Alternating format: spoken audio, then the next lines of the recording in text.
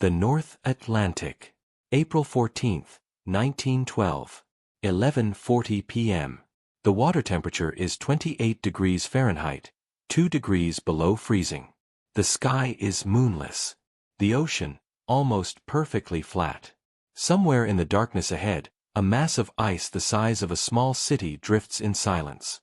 On board the RMS Titanic, the largest moving object ever built by human hands, 2,224 people are asleep, dining, dancing, or simply watching the stars from the deck. They have no reason to believe tonight will be different from any other night at sea. The ship is unsinkable. Every major newspaper said so. The engineers confirmed it. The company guaranteed it. At 11:40 p.m., the iceberg appears out of the darkness. 37 seconds later, the hull is torn open. 2 hours and 40 minutes after that, the Titanic is gone. More than 1,500 people die in waters so cold that survival beyond 15 minutes is nearly impossible. The world is stunned. Journalists scramble. Governments demand inquiries. Engineers question everything they thought they knew about shipbuilding, speed, and safety at sea. And somewhere in a second-hand bookshop in New York City, probably on a shelf no one had visited in years, sat a novel. Published in 1898. 14 years before the Titanic ever sailed. The novel described a ship, fictional, of course, called the Titan. It was the largest ocean liner ever built. It was considered unsinkable. It struck an iceberg in the North Atlantic. It sank on its maiden voyage. Most of its passengers died because there weren't enough lifeboats. The author's name was Morgan Robertson. And almost nobody remembered who he was. To understand what Morgan Robertson wrote, you first need to understand who Morgan Robertson was. Because he was not a prophet. He was not a mystic. He was not a man who claimed to see the future. He was, by most accounts, a deeply ordinary man who had lived an extraordinarily hard life on the sea. Robertson was born in 1861 in Oswego, New York, a small port city on the southern shore of Lake Ontario. His father was a Great Lakes sailor, and from childhood, Robertson understood the rhythms of the water, the weight of ropes, the language of weather, the particular smell of a ship's lower deck in winter. At the age of 16, he signed on as a cabin boy on an Atlantic merchant vessel. For the next 16 years, Morgan Robertson sailed. He crossed the Atlantic dozens of times. He worked in engine rooms and on open decks. He studied navigation, knot tying, cargo management. He slept in cramped quarters alongside men from a dozen different countries. He watched storms build on the horizon and learned, through experience alone, exactly what the ocean was capable of. By his early 30s, Robertson's eyesight had deteriorated severely enough that continued work at sea became impossible. His career as a sailor was over. He turned to writing. His early years as a writer were not encouraging. He wrote short fiction for pulp magazines, adventure stories, sea tales, rescue narratives drawn from his years on the water. The pay was minimal. The recognition, even less. Historical records indicate Robertson spent much of the 1890s in near poverty, struggling to make a living from his pen in a literary world that had very little interest in what he had to say. But in 1898, Robertson sat down and wrote something different. He called it Futility, or The Wreck of the Titan. At the time, it sold poorly. It received almost no critical attention. It was, by any commercial measure, a failure. And then, 14 years later, the world changed. What exactly did Robertson write in those pages? And how closely did it mirror what actually happened? That is where the story becomes genuinely difficult to explain. Let us look at the facts carefully. Not impressions. Not vague similarities. The actual, documented, measurable details. Because the details are where this story becomes something that resists easy explanation. Morgan Robertson's fictional ship, the Titan, was described with specific technical characteristics throughout the novel. Those characteristics have been studied, compared, and debated by historians, maritime scholars, and literary researchers for more than a century. Here is what Robertson wrote in 1898, the Titan was described as the largest vessel afloat. Its displacement was approximately 70,000 tons. It was 800 feet long. It could carry up to 3,000 passengers. It was powered by 3 propellers. And it had a maximum speed of 24 to 25 knots. Now here is what White Star Line engineers built in Belfast between 1909 and 1911. The RMS Titanic displaced approximately 66,000 tons. It measured 882 feet in length. Its capacity was approximately 3,300 passengers. It was powered by 3 propellers. And its top speed was rated at 24 to 25 knots. The numbers are not approximate. They are, within the margin of plausible estimation, the same numbers. But it does not stop there. Robertson wrote that the Titan, despite its enormous size and the thousands of souls it carried across the Atlantic, was equipped with only 24 lifeboats. A number that, for a vessel of that capacity, was dangerously insufficient. The Titanic carried 20 lifeboats, enough for roughly 1,178 people, on a ship carrying 2,224. In both cases, fictional and real, the number of lifeboats was far below what was needed. In both cases, that fact contributed directly to mass casualties.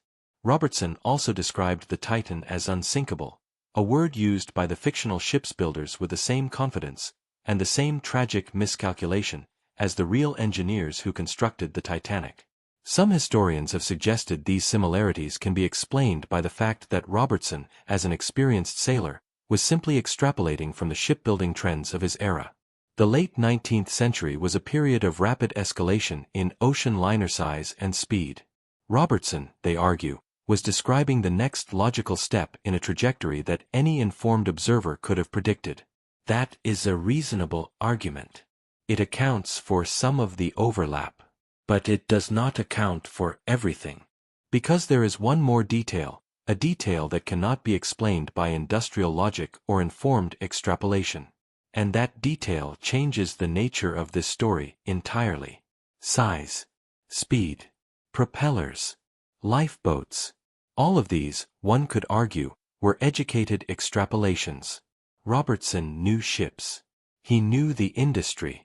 He understood where ocean liner design was heading. A skeptic could construct a reasonable case that a knowledgeable sailor in 1898 might have described, with reasonable accuracy, what the next generation of great Atlantic liners would look like. That argument has merit. But Morgan Robertson did not simply describe a large ship with too few lifeboats. He described the exact manner in which it was destroyed. In futility, the Titan strikes an iceberg. In the North Atlantic.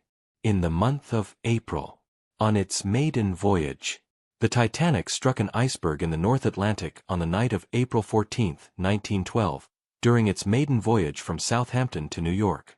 Consider, for a moment, the statistical weight of that convergence. Shipwrecks in the North Atlantic were relatively common in the late 19th and early 20th centuries. But of all the possible causes, fire, collision with another vessel, structural failure, storm damage, navigational error, iceberg strikes were comparatively rare, particularly at the latitude the Titanic was sailing. Captains of that era were generally aware of iceberg risks in certain seasons and certain corridors, but a catastrophic iceberg collision was not the most statistically probable fate for any given large vessel. Robertson specified the iceberg. He specified April. He specified the maiden voyage. All three align precisely with what actually happened on April 14, 1912. When journalists first connected Robertson's novel to the Titanic disaster in the weeks following the sinking, the public response was immediate and overwhelming. The novel was republished in 1912 under the revised title The Wreck of the Titan. It sold widely for the first time in its existence, not because of its literary merits, but because readers wanted to hold in their hands the physical evidence of something they could barely articulate. Something had known. Something had described it. 14 years in advance. The question, the one that historians, psychologists, and maritime scholars would wrestle with for over a century, was not whether the similarities existed. The records are clear. They do exist. The question was, how? And that question, as we will see, was one that Morgan Robertson himself was asked directly, with results that surprised almost everyone who expected a sensational answer. Before we arrive at 1912, we must return to 1898. Because understanding what happened after the Titanic sank requires understanding what did not happen when Robertson first published his book. Almost Nothing. Futility, or The Wreck of the Titan, was published in 1898 by the American publisher M. F. Mansfield. It appeared quietly, with minimal promotion, and disappeared from public attention almost immediately.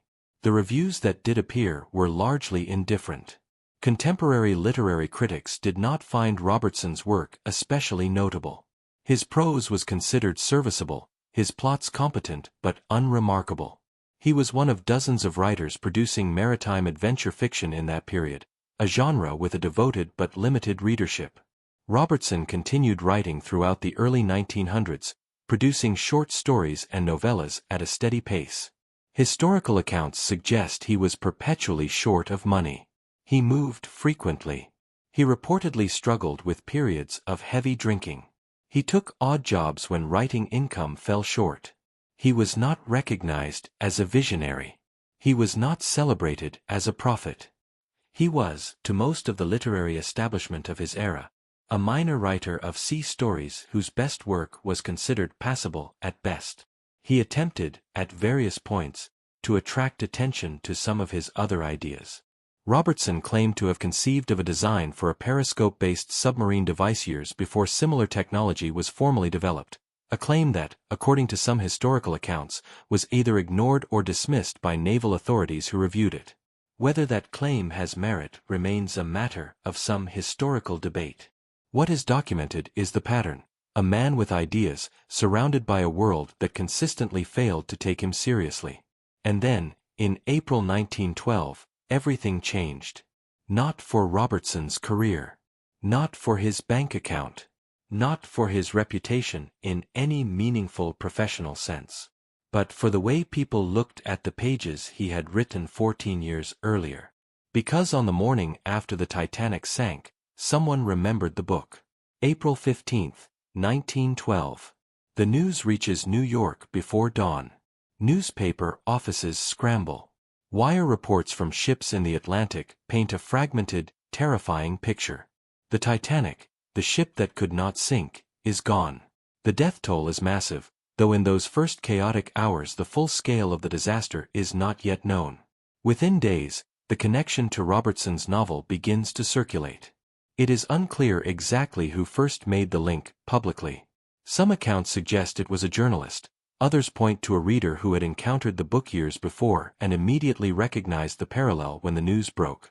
What is certain is that by late April 1912, Robertson's 1898 novel was the subject of widespread public discussion on both sides of the Atlantic. The book was reprinted. Copies that had languished in warehouses or sat unread on second-hand shelves were suddenly in demand. And then, journalists found Morgan Robertson. He was living in modest circumstances in New York. He was 50 years old. He was not wealthy. He was not famous. He was a working writer who had produced dozens of stories that the world had largely ignored.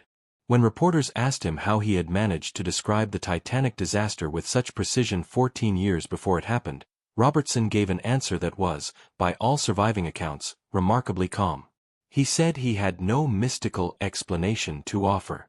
He said he was a sailor who knew ships. He knew the direction the industry was heading.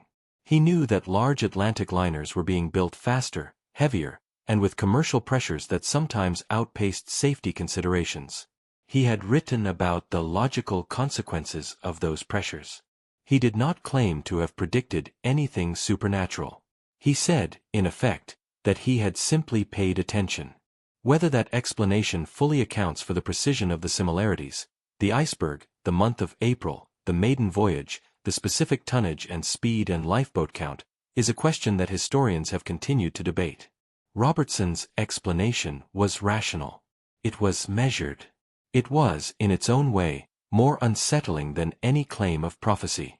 Because if he was right, If a careful observer of industrial trends could have seen this coming, then the disaster was not fate.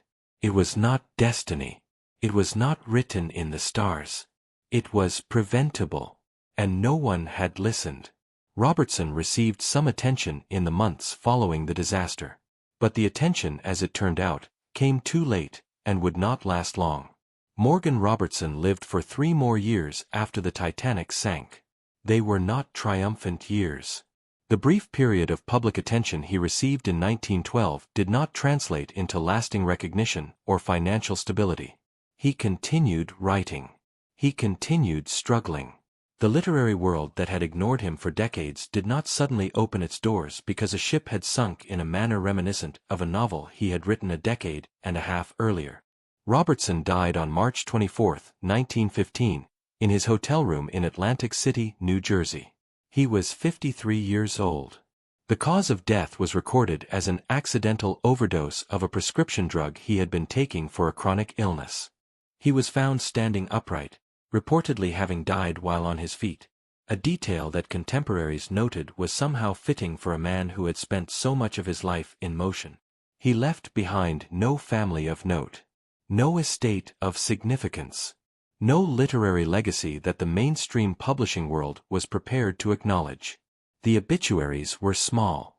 The tributes were few. In the years and decades that followed, the Titanic became one of the most documented, analyzed, and mythologized disasters in modern history.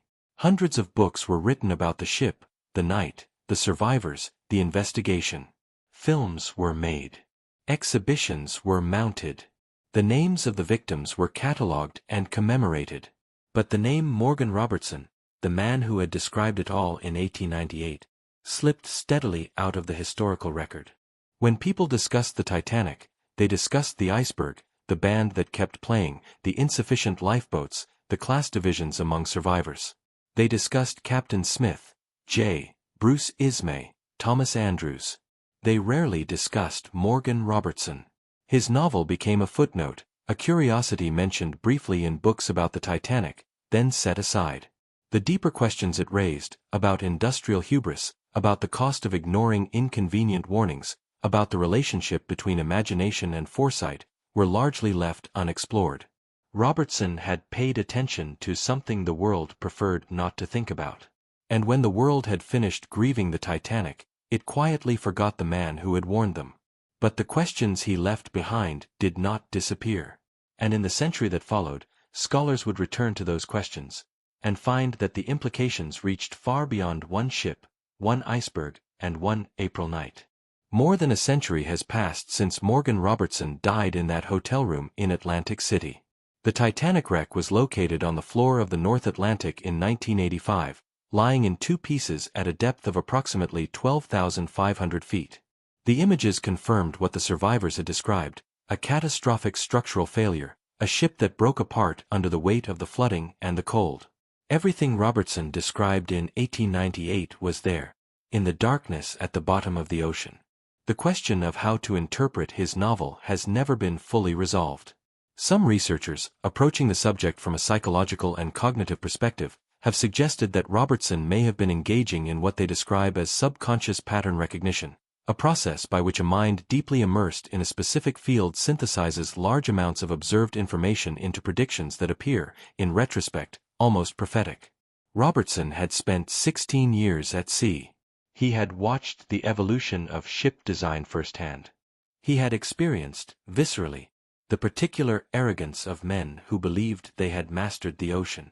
According to this interpretation, Robertson did not predict the Titanic. He understood the conditions that made something like the Titanic inevitable. Other historians have focused on a different aspect of the story, not the prediction itself, but the response to it. Robertson's novel was available. It was published. It could have been read by anyone in the shipping industry who cared to look. The warnings it contained, about the dangerous combination of enormous scale, inadequate lifeboats, and excessive speed, were not hidden. They were in print, bound in cloth covers, sitting on shelves. And they were ignored. The British inquiry into the Titanic disaster, concluded in 1912, found multiple points of negligence: inadequate lifeboat provision, excessive speed through a known ice field, failure to respond appropriately to ice warnings received earlier that evening. These were not mysterious failures. They were foreseeable ones. Morgan Robertson had foreseen them. Whether that constitutes prophecy, or simply careful attention to the world as it actually was, that question may never have a clean answer. What we know is this. In 1898, a former sailor with failing eyesight sat down in a small room, somewhere in New York, and wrote about a ship that did not yet exist. He named it the Titan. He gave it the dimensions of a dream, and the vulnerabilities of a lie. He sent it into the North Atlantic in April, in the dark, toward ice. And 14 years later, the world built it. The records survived. The man did not. And the question his pages left behind, whether the disaster was fate, or simply the predictable result of everything humanity refused to learn, remains, in its own way, as open as the sea itself.